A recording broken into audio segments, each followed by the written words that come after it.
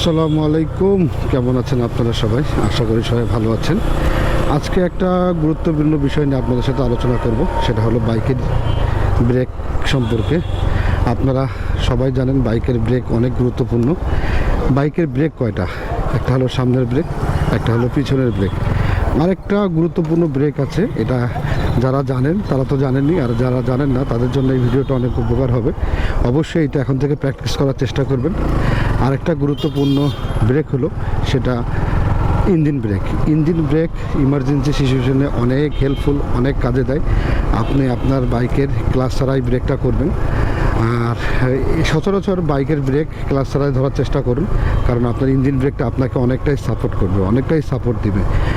কারণ ক্লাচ ধরলে বাইকটা অনেক ফ্রি হয়ে যায়, এবার বাইকটা অনেক ফ্রি হয়ে যায়, দুর্ঘটনার সম্ভাবনা একটু বেড়ে যায়।